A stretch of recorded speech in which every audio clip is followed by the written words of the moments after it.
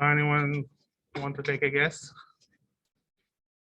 We have sarcoidosis, lymphoma, vitamin D intoxication, or immobilization. What do you think?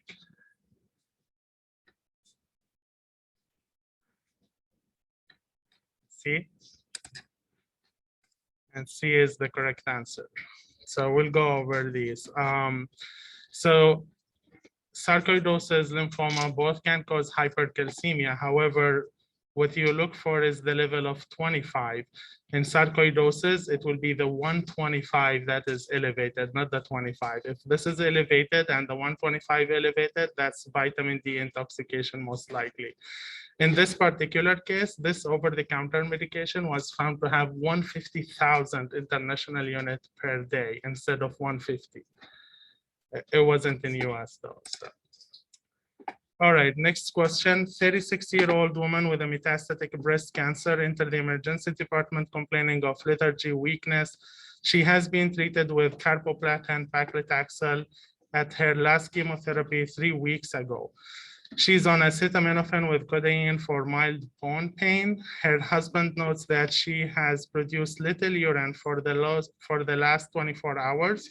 She's barely communicative. Her physical exams show chronically ill-appearing woman with a blood pressure of 125/80, 120/75 standing, so no orthostatic. Urine output is less than 10 ml per hour. Cardiac, chest, abdominal exam unrevealing without edema. Her lab results showed BUN of 78, creatinine of 6.6 with a normal baseline. Sodium 133, potassium 3.7, chloride 107, bicarb 24, calcium 14.2, and a phosphorus of 8. Ionized calcium is 2. At this point, which treatment would you recommend? A, calcitonin, B, zoledronic acid, C, saline plus Lasix, D, dialysis with a low calcium bath.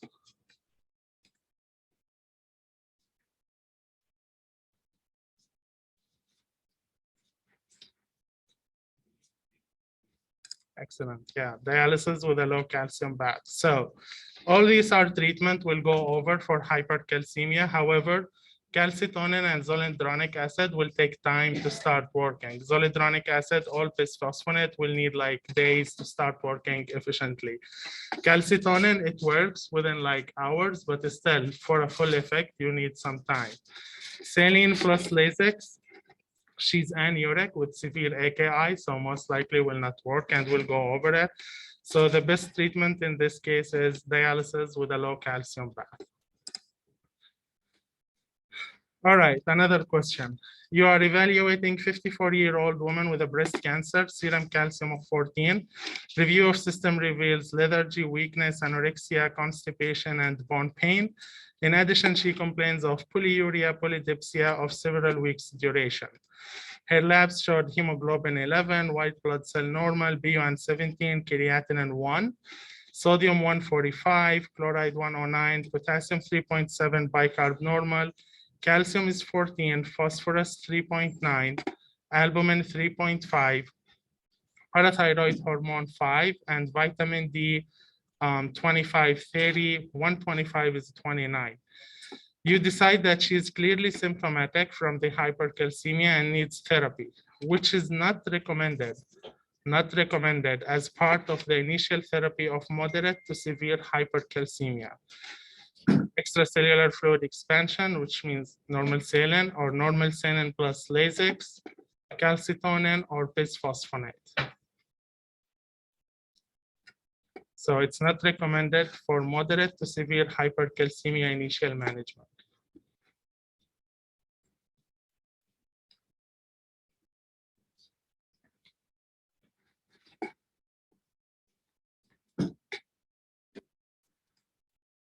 So the answer is B, and we'll go over it, okay?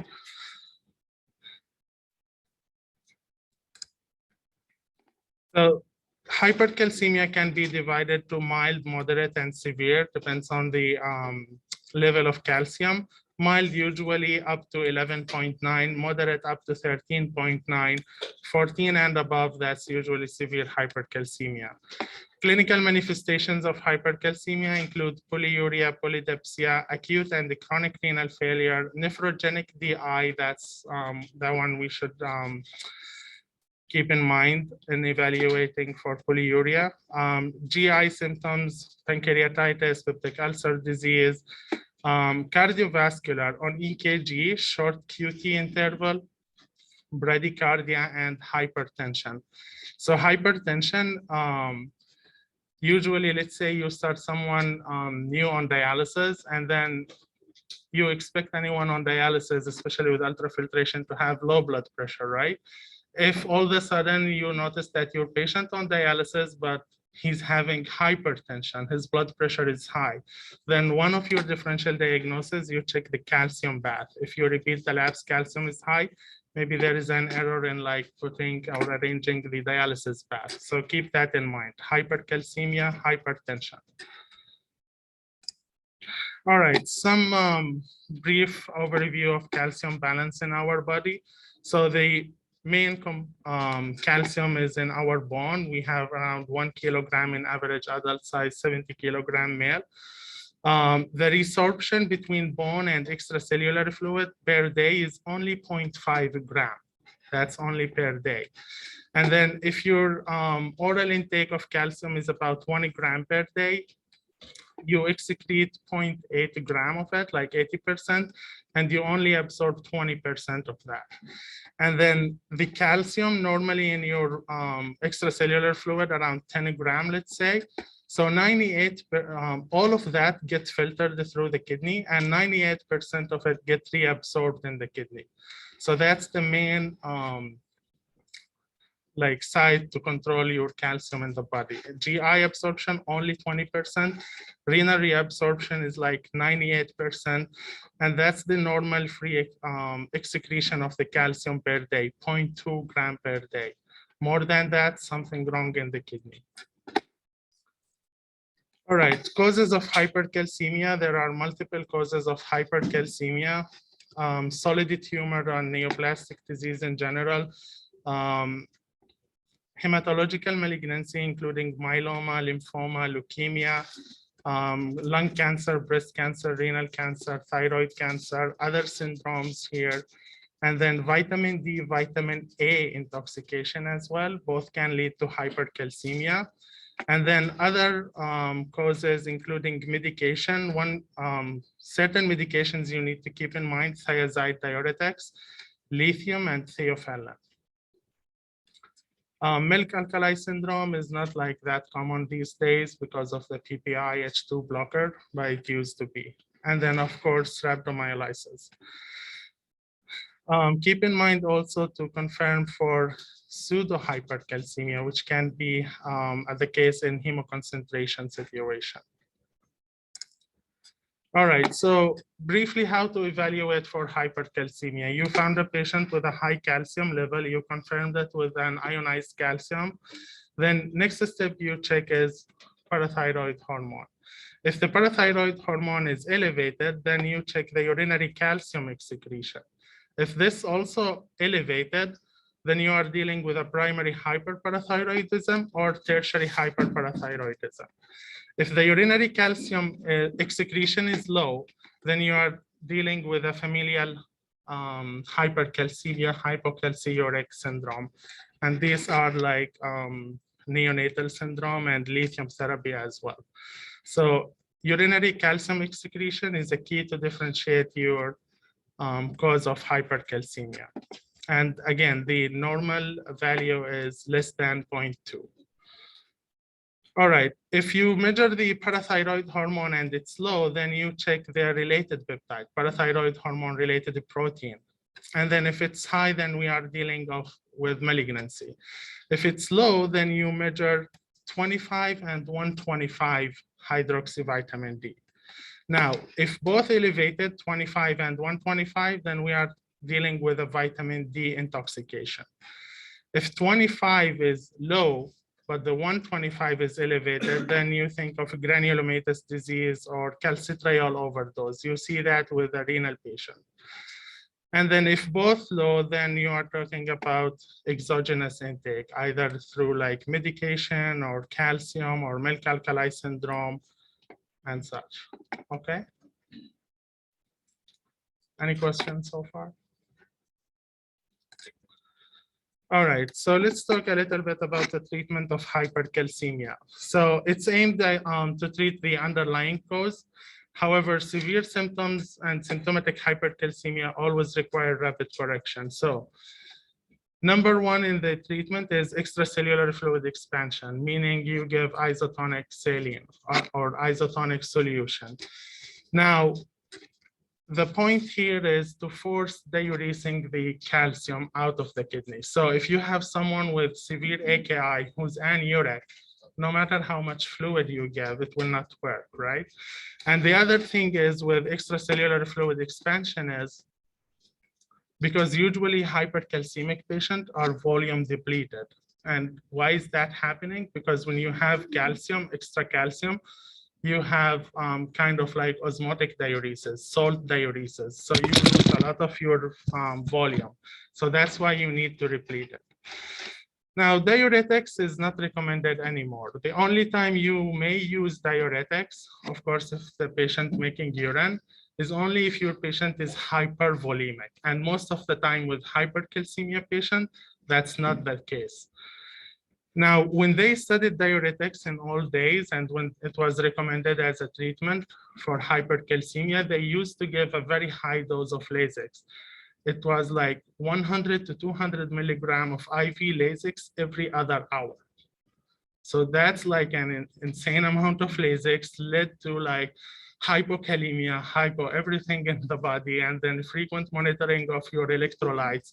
So, and then resulted in hypovolemia. So it exacerbated the hypovolemia. So it's not recommended anymore unless your patient is hypervolemic, and it will be very rarely the case. Calcitonin, as we said, it starts working within hours. Now, by itself, as a solo treatment, it will not be an effective treatment for hypercalcemia. So usually you start it with IV fluid and start bisphosphonate, and then all together, like all these therapy then will have like synergistic effect in the treatment of hypercalcemia. Bisphosphonate, that's like kind of like treatment of choice. The problem is it takes time, like 2 to 3 days to see a true effect of bisphosphonate. Now, keep in mind, bisphosphonate also has like side effects. And one of the major side effects of that is acute kidney injury, right? So you need to weigh your risk and benefits. Now, steroids, these are the treatment of choice, especially in granulomatous disease like sarcoidosis, and in hematological malignancy like leukemia, lymphoma. Then steroids is because the mechanism is that they inhibit the 125 production of vitamin D. And then denosumab, you use that in severe cases. The only thing or the only point you should be aware of, always check vitamin D before giving denosumab. The reason is if vitamin D is low and you give denosumab, then you will end up with refractory hypocalcemia, and it will be dangerous. So before giving this, always check vitamin D, replace vitamin D, then you can give it. All right, let's go back to cases. 56-year-old male patient admitted to MICU for septic shock. Started on antibiotics, IV fluid, vasopressors. 24 hours later, his hemodynamic improved, his blood pressure normalized. He came off of vasopressors, workup revealed possible osteomyelitis in his spine. MRI with contrast done that showed a lesion in his lumbar spine consisted with osteomyelitis. Later that day, his labs showed a calcium of 6.5, albumin of 4, white blood cell 15, BUN 50, creatinine 1.5, which is a baseline, and his blood pressure is 95/50. Your next step is give calcium gluconate, give calcium chloride, obtain an EKG, or check ionized calcium.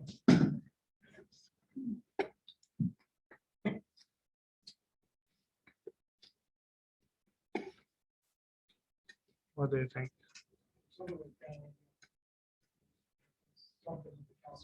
Excellent. So what do you want to do? So from here, check ionized calcium, right? So why is that happening? So MRI with gadolinium can cause pseudo hypocalcemia. So always keep that in mind, and you can confirm it with checking ionized calcium. Before giving any treatment or start thinking about anything, check ionized calcium. If it's normal, then most likely it's a pseudo hypocalcemia, and it's common to happen with gadolinium, okay? All right, same patients, 48 hours later, his creatinine went up to 4. He became anuric. You decided to start him on a sled with regional citrate, like our sled machine here, due to hypervolemia and AKI. After 12 hours from sled initiation with a 50 ml UF, patient became hypotensive, requiring pressors again. His labs showed BUN of 40, creatinine 3.5, sodium 136, potassium of 5, calcium 10.4, and ionized calcium 0.95. Most likely cause of his decompensation is citrate toxicity, blood flow in sled circuit, UF of 50, or worsening sepsis. What do you think?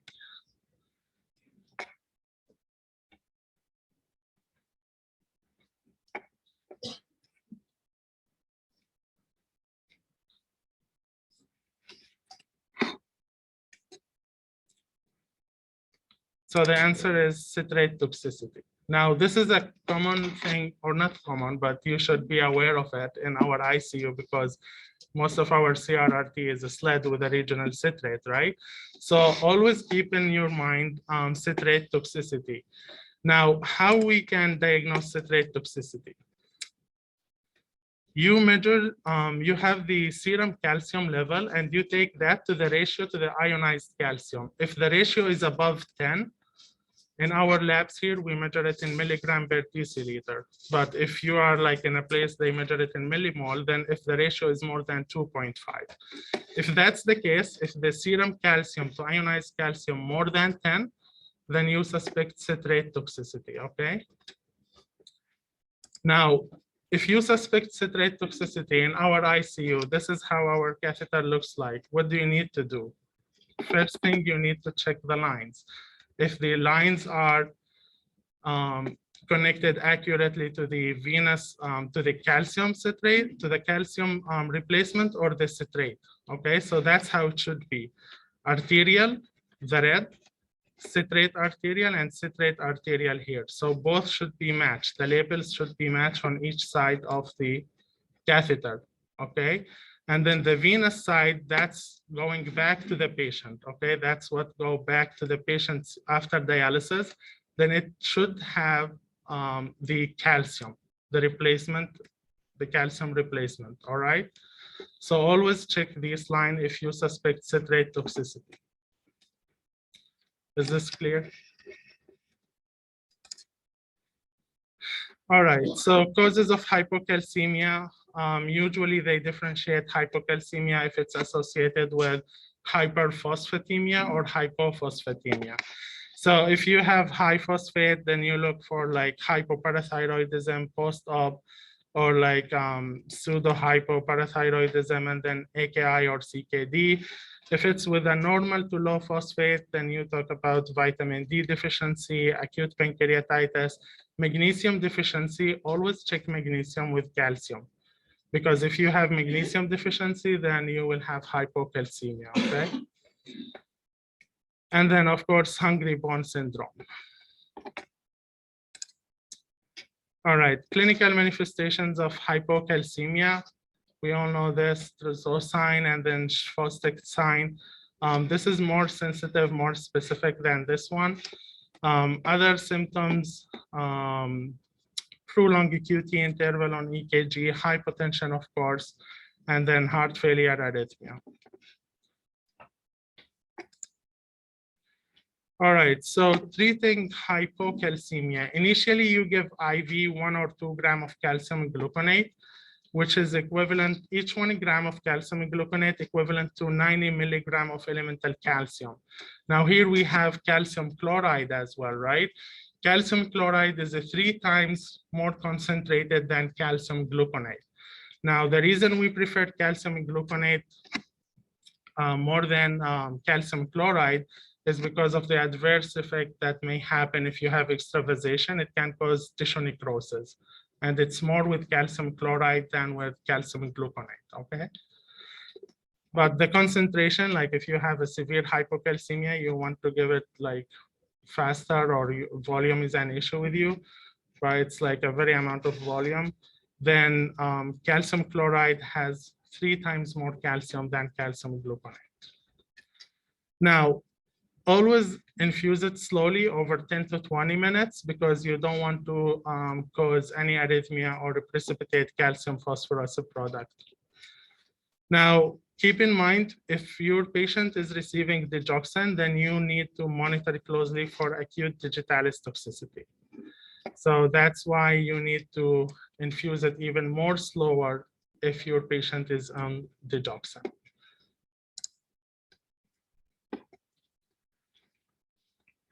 All right, another case. You are evaluating 58-year-old woman with obesity, type 2 diabetes. She developed hypotension, 70/30, altered mental status in the GI suite before undergoing colonoscopy. The patient has a history of stage 3 CKD. 6 months earlier, she developed weight loss, anemia. She underwent evaluation for malignancy. Initial scope was not completed because of poor preparation. So the current acute hypotensive episode preceded the second attempt to perform adequate colonoscopy. And you obtain the following lab from a radial artery sample.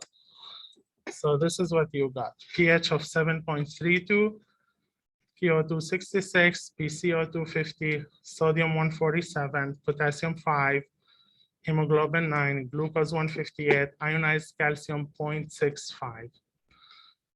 So what is the most likely etiology of her hypocalcemia? So she's in the GI suite. She didn't undergo the colonoscopy yet. Acute hyperphosphatemia, acute hypoparathyroidism, Addisonian crisis, or acute pancreatitis. What do you think?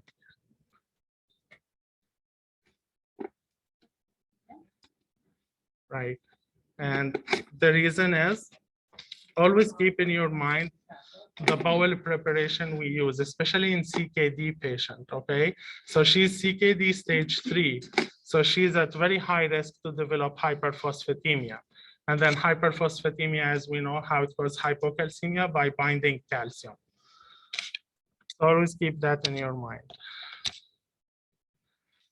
All right, so phosphate balance, just a brief overview. So your total body store of phosphate is around 700 grams. And again, 85% of your phosphorus is in your bone. And then the amount of resorption between bone and extracellular fluid, around 300 milligram per day. But at any time, your blood has around or less than 1% of total phosphorus in your body. Now, again, your phosphorus gets excreted mainly through the kidney and through the GI tract. Around like 400 milligram get excreted through the GI tract, 800 milligrams through the kidney. GI absorption, around 67% of the phosphorus, and then the renal reabsorption, 85 to 90%. So what are the causes of hyperphosphatemia? Most of the time you see it in a renal patient, AKI or chronic kidney disease patients, but other causes that can cause like cellular shift of hyperphosphatemia, which looks like hyperkalemia, and that includes like lactic acidosis or ketoacidosis. In addition to that, then you have like endogenous causes like hyperlipidemia, hyperglobulinemia, like in malignancy, hemolysis, or hyperbilirubinemia. Now, medication-wise, you should be aware about TPA, heparin, and amphotericin B. All these 3 can cause hyperphosphatemia. Now, the major complication of hyperphosphatemia, usually in chronic terms, and that leads to like deposition of calcium phosphorus, like in this case, which looks like a pseudo tumor around the bone, and that's only like in uncontrolled hyperphosphatemia in the kidney patients. And then, of course, we all know this is a calciphylaxis. That's also a consequence of hyperphosphatemia, but of course, chronic hyperphosphatemia. That's why we don't want hyperphosphatemia to last. So as we mentioned, the treatment should focus on lowering phosphorus level. If it's acute and you want like to reverse it acutely, then you treat it as if you are treating hyperkalemia. Same thing, insulin, dextrose will shift the phosphorus back to the cells. And then for chronic treatment, of course, you use the phosphate binders and then low phosphate diet. All right, you are evaluating a patient who is alcoholic, admitted to MICU for DT management. On exam, he looks altered, hyperventilating, weak, and his lab showed sodium 129, potassium of 3, phosphorus of 1, calcium 8.2, BUN of 20, creatinine of 1. All of the following can cause hypophosphatemia except respiratory alkalosis, hungry bone syndrome, administration of glucose and insulin, or hypocalemia. What do you think?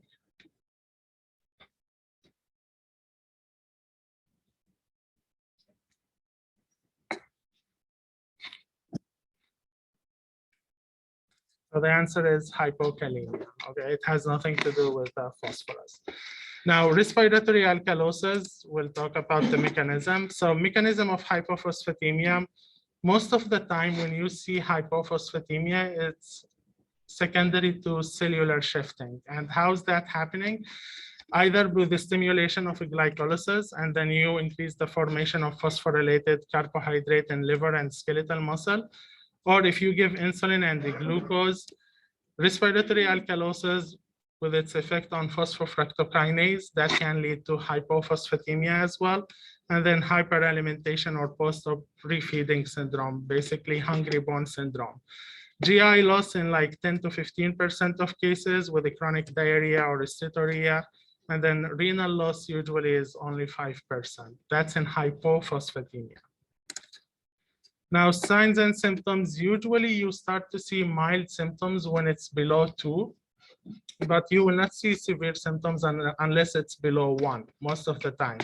And that include weakness, rhabdo, respiratory paralysis, and then central nervous system symptoms, coma, delirium, seizure. Sometimes it can lead to hemolytic anemia, myocardial dysfunction. If it's chronic, then osteomalacia. Now, the point I wanted to mention here is the hypophosphatemia in alcoholic patient. We see that a lot in ICU. You have alcoholic patient admitted for DT management or to prevent DT. Then their baseline as an alcoholic patient, they are on poor diet, right? They have vitamin D deficiency.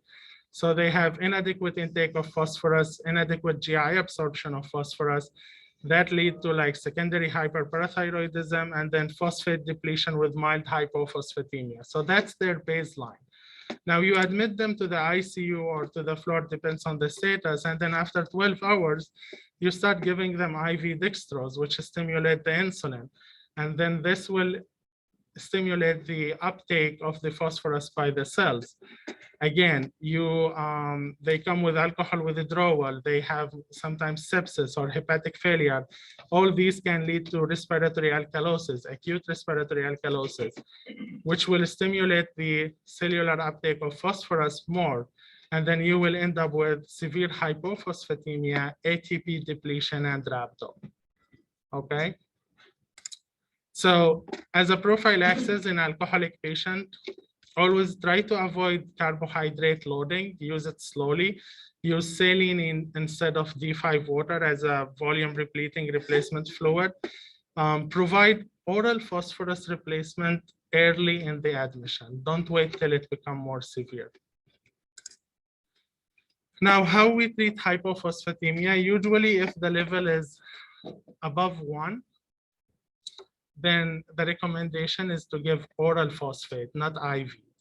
Now, if you give IV, like in severe cases, if it's below 1, then you need to monitor closely the symptoms, because phosphate infusion can lead to arrhythmia, acute precipitation of calcium phosphorus, which leads to AKI, and then calciphylaxis. So that's why I try to avoid IV phosphate. Now, in our ICU, we have all these patients on a slab. That's different story because they are on 24-hour dialysis. So that means you are removing phosphorus continuously, right? That's why we are giving them IV. But if you have like a hemodialysis patient, you notice that they are on phosphate binder because they get dialysis like 3 times a week, not 24 hours, okay? Plus our replacement fluid here doesn't have any phosphorus on it. So that's why we keep giving phosphate. All right, 58-year-old male patient with AML admitted to MICU for weakness, shortness of breath. His labs showed a white blood cell of 200,000, hemoglobin of 9, platelet 150, creatinine 1.5, bicarb 20, sodium 135, potassium 2, chloride 100, glucose 100, mag and phos normal. What is the most likely cause of hypokalemia? RTA, lab error, pseudo-hypokalemia, or low potassium intake? What do you think?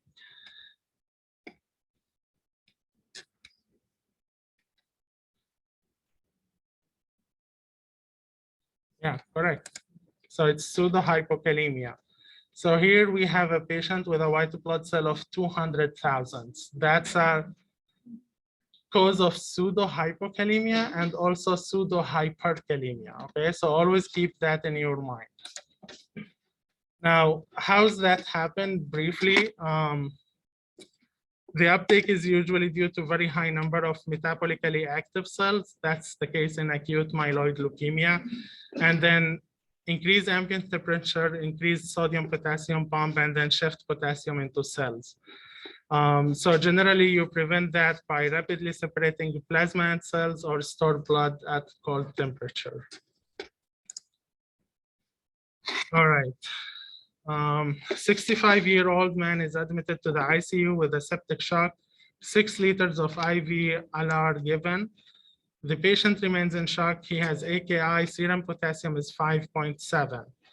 In choosing an IV vasopressor for this patient, which will raise serum potassium and potentially worsen hyperkalemia? Dopamine, epinephrine, norepi, phenyl, or vasopressin? What do you think? This is a common scenario we face in ICU.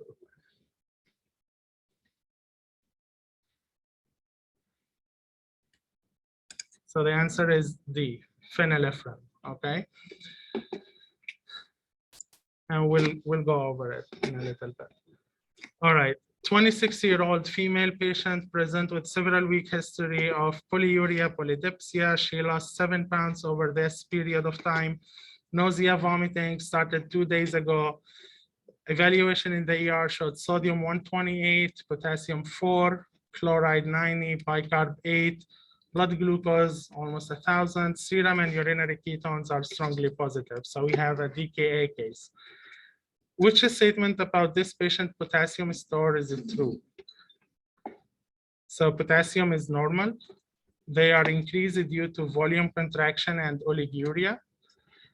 They are reduced due to osmotic diuresis, but not reduced enough to cause hypokalemia. They are reduced due to osmotic diuresis, but serum level remain normal because potassium shift out of cell in response to metabolic acidosis. Or they are reduced due to osmotic diuresis, but serum level remain normal because potassium shift out of cell in response to insulin deficiency and increased osmolarity. Which one do you think? It's obviously D or E. So the answer is E. So hypokalemia in DKA is not secondary to metabolic acidosis. Acidosis can contribute to hypokalemia, but the main mechanism that you have hypokalemia is insulin deficiency and hyperosmolarity. I will go over it in a little bit. So this is briefly the potassium homeostasis. In your extracellular fluid compartment, you have only 2% of your potassium. So as we know, it's mainly an intracellular cation, 98%. And then renal excretion is the main mechanism to get rid of that. GI excretion is only 10 per day. Now, this is a nice diagram showing like the mechanism of hypokalemia. So what are the things that drives potassium into the cells? So we have here like multiple channels. Mainly the main channel is the sodium potassium ATPase channel. And then we have the sodium hydrogen exchange channel. So if you look at the insulin, beta adrenergic agonist, alkalosis, alpha adrenergic antagonist, anabolism, aldosterone, all these will drive potassium into the cells, okay? So these will cause hypokalemia. Now, if you look at like metabolic acidosis, hypertonicity, beta adrenergic antagonist, like beta blocker medication, alpha adrenergic agonist, that's why phenylephrine cause hyperkalemia. Then all these mechanisms will lead to hyperkalemia because they shift the potassium out of the cell. Okay.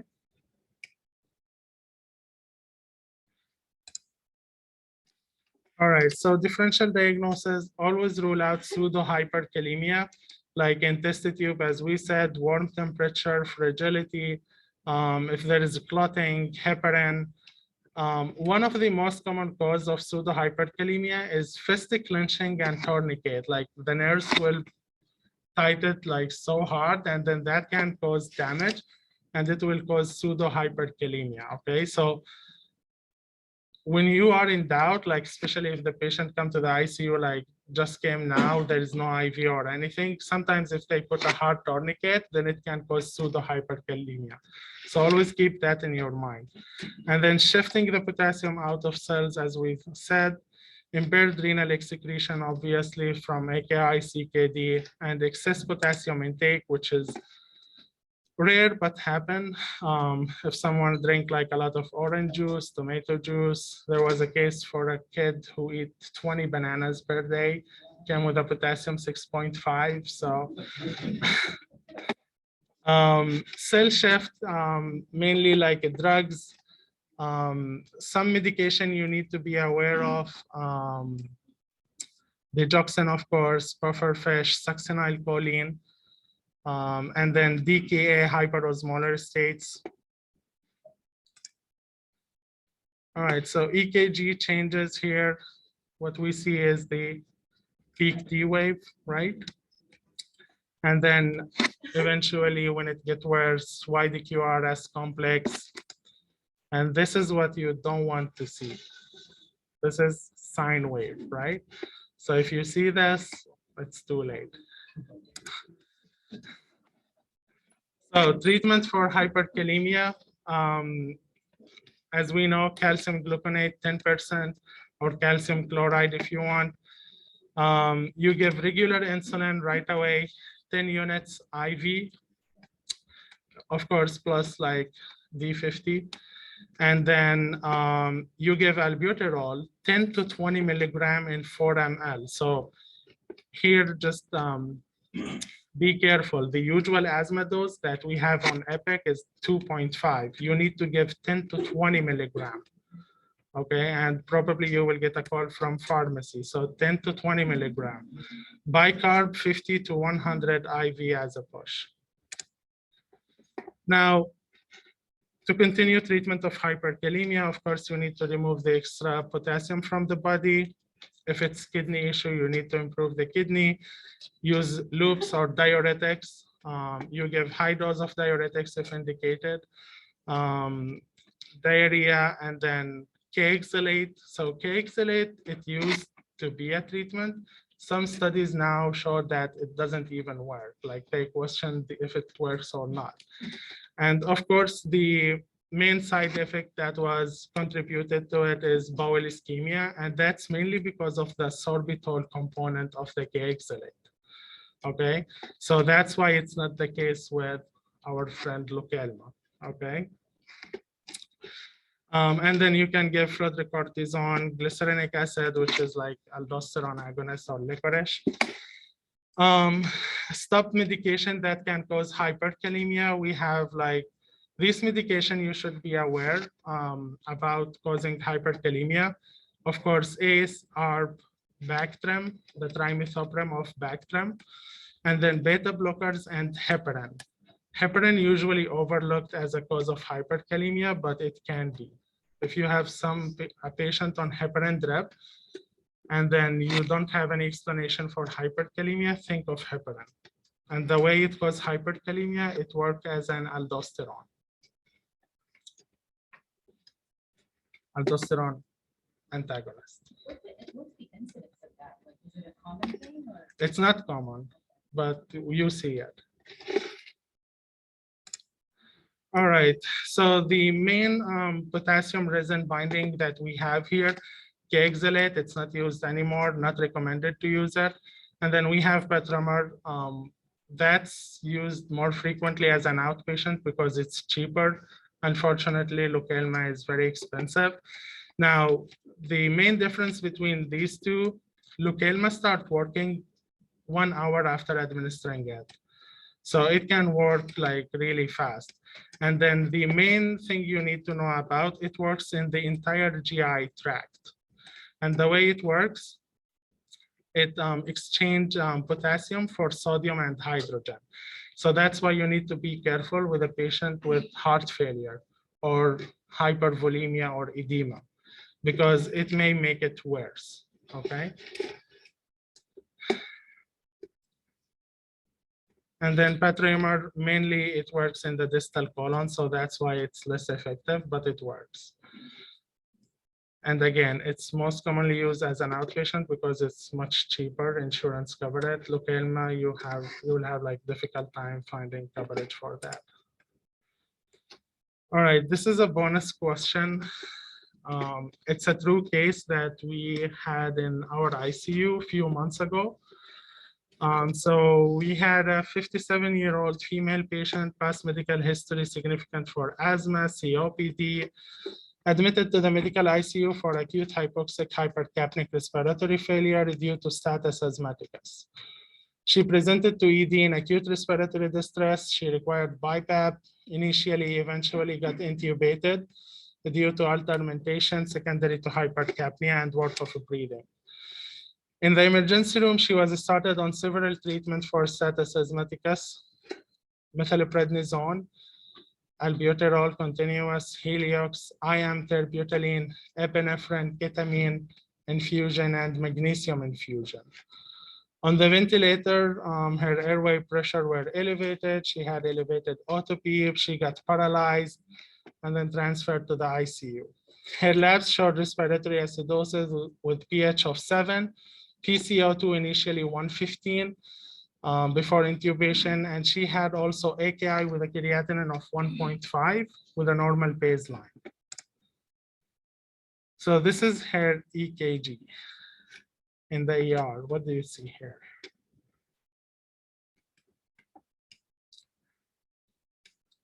So we have a peak T wave, right?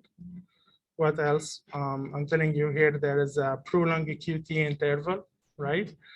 And then you see as well ST depression, right? Here, ST depression and peak T wave. So if you see this EKG, what's your differential?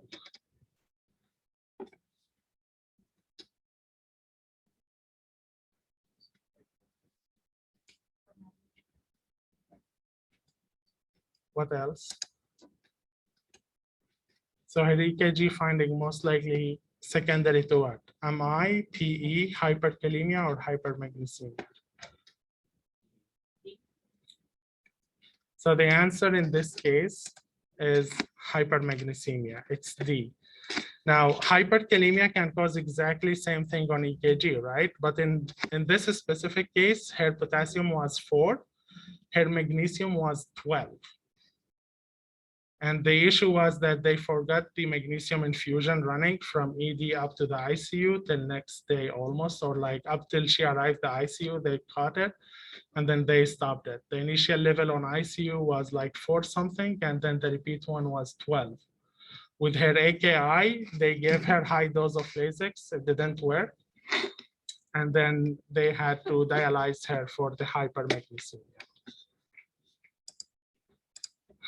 All right, so causes of hypermagnesemia, almost always it's iatrogenic. We are the cause of it. Laxatives, enema, antacids, renal failure, other causes like perforated viscous, tumor lysis syndrome, rhabdo. Now, clinical manifestation often asymptomatic. If it's above 4, you start to have weakness, hyperreflexia, nausea, vomiting, hypotension. If it's above 10, then you can have coma, hypoventilation, paralysis, cardiac arrhythmia.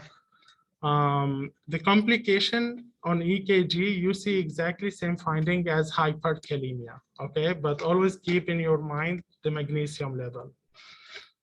And the treatment, it depends on severity. If you have a very high level, patient is not making urine, then Lasix will not work. Then you have only dialysis to do.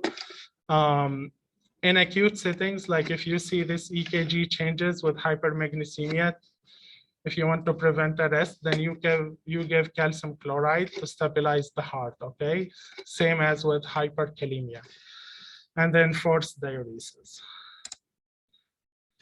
And with this, I end my presentation. Thank you.